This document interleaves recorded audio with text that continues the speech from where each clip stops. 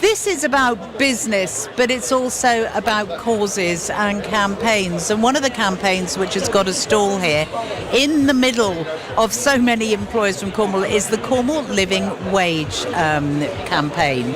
And I'm joined by Simon Fann, who is from the Living Wage Group, and also Patrick Langmaid from Mother Ivy's, who's the MD at Mother Ivy's, the beautiful sort of holiday park up by Harlem Bay, Boobies Bay, that kind of thing, who is a living wage employer. Let's start with you, Simon. What is the living wage now?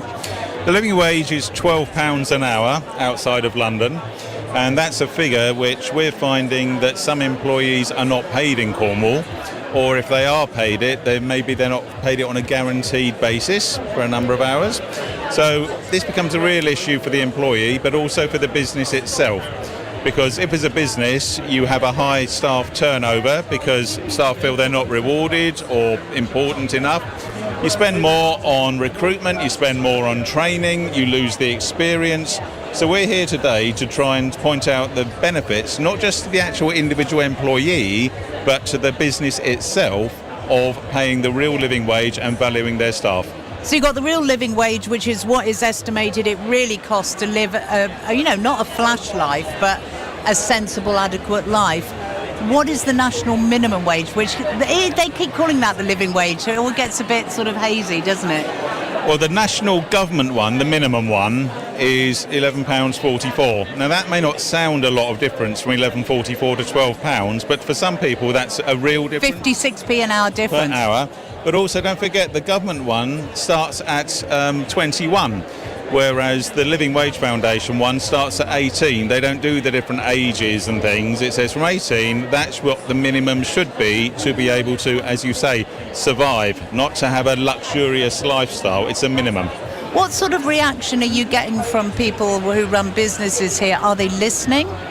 They're very interested, which is what we want to do. We've seen, since we started stirring the waters on this, the number of signed up companies in Cornwall has gone from 113 to 250, so it's over doubled in the last year, and that has then guaranteed 1,800 workers in Cornwall the guaranteed minimum as according to the Living Wage Foundation. So businesses are interested. Yes, they're asking questions, but it's all about transparency. We are coming out here to talk to businesses and say, come and find out what it's about. Come and talk about your corporate social responsibility, how you value staff, but importantly, as Patrick will witness, how it will help your business and actually bring you more money. Let's talk to Patrick at that point. Patrick Langmaid, of course, the boss at Mother Ivy's.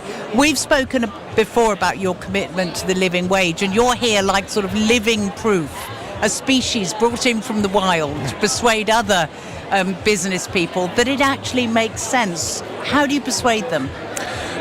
Well, I refer to my own experience. We've been a living wage employer since 2015, Julie, and in that time the problems we used to have with HR, with recruitment and retention, we've seen a reduction, and that means we're retaining our staff.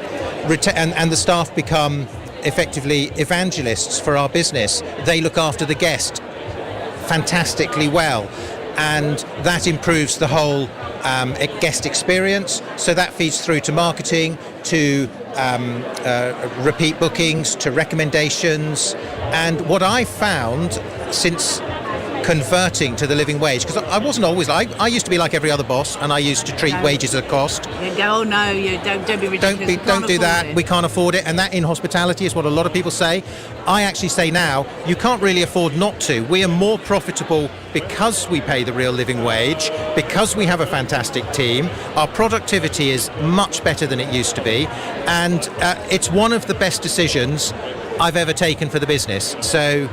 And that's what I'm here today, sharing my experience with other people. But what I would say is, if £12 an hour scares you, it is aspirational, it is voluntary.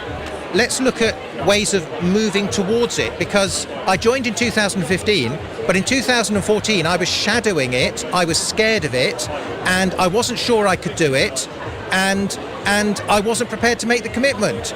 But, you know, I came in from the cold because I realised, having shadowed it for a year, that we could do it.